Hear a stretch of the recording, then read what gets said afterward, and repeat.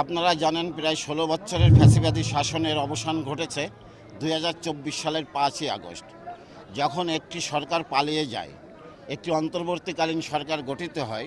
সাধারণত ৩ মাসের মধ্যে নির্বাচন অনুষ্ঠিত হয়। আপনারা ৯১ সালে দেখেছেন, ৯০ এরশাদ চলে যাওয়ার পরে ৯৬ সালে তত্ত্বাবধায়ক সরকার আবার গঠন করলেন বেগম খালেদা জিয়া, তখনও ৩ মাসে হয়েছে। ২০০১-এও হয়েছে।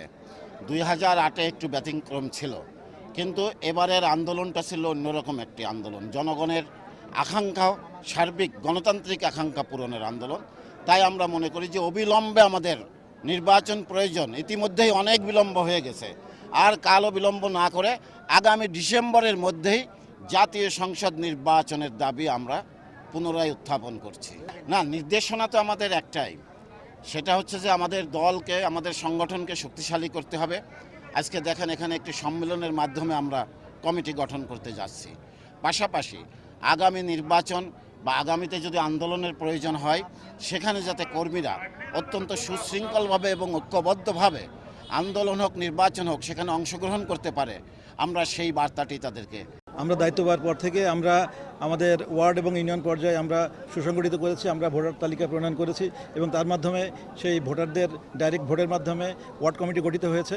আজকে এই ওয়ার্ড কমিটির মাধ্যমে এখানে পৌরসভা কমিটি গঠিত হবে এবং এখানে দেখেন একটা উৎসবের আমেজ, সবাই উপস্থিত হয়েছে। এখানে আমাদের দলের সমস্ত নেতৃবৃন্দ এখানে আছেন, আমাদের সাবেক এমপিরা এখানে আছেন, আমাদের স্থায়ী আমাদের নির্বাহী কমিটির মেম্বাররা আছেন, আমাদের কেন্দ্রীয় কমিটির সদস্যরা এখানে আছেন, সবাই আছেন এবং এখানে যেটা হবে সেটা সরাসরি ভোটের মাধ্যমে আমরা নেতা নির্বাচিত করতে পারবো। এটাই আমাদের আশা আকাঙ্ক্ষা এবং এর মাধ্যমে আমাদের দল সুসংগঠিত হবে এবং আমরা ঐক্যবদ্ধভাবে আমরা আমাদের দলকে আমরা সুসংগঠিত করব।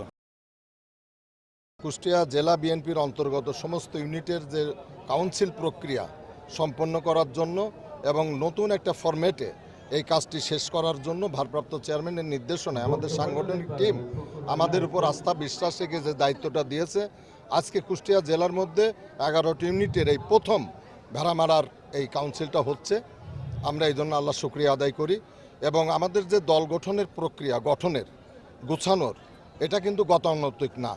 যেমন দেশে একটা পরিবর্তিত পরিস্থিতির সৃষ্টি হয়েছে, আমার দলের চিন্তাভাবনারও পরিবর্তন হয়েছে, নেতাকর্মীদের মানসিকতারও পরিবর্তন হয়েছে, যে কারণে এবারে সম্পূর্ণ একটা গণতান্ত্রিক প্রক্রিয়ার মাধ্যমে তৃণমূলের থেকে সদস্য সংগ্রহ করা, ভোটার সংগ্রহ করা, তাদের মাধ্যমে ওয়ার্ড করা, ইউনিয়ন করা, এরপরে বিভিন্ন থানা, উপজেলা বা পৌরসভা করা, আমরা সেই কাজটি সুসম্পন্নভাবে করেছি এবং আমাদের নেতৃবৃন্দ যা বললেন, সমস্ত ভেদাভেদের ঊর্ধ্বে উঠে আমাদের প্রতিযোগিতা আছে, সব থাকবে, এ নিয়ে কোনো নেই, কিন্তু দলের পুনর্গঠন এবং দলকে মজবুত করে আগামীতে বিএনপি ঘোষিত সমস্ত কর্মসূচি সুসম্পন্ন এবং বাস্তবায়ন করার জন্য যে ধরনের দল গঠন করার আমাদের দায়িত্ব পরিচয় দেওয়ার দরকার, আমরা ইনশাল্লাহ সেই দায়িত্ববোধের পরিচয় দিয়েছি।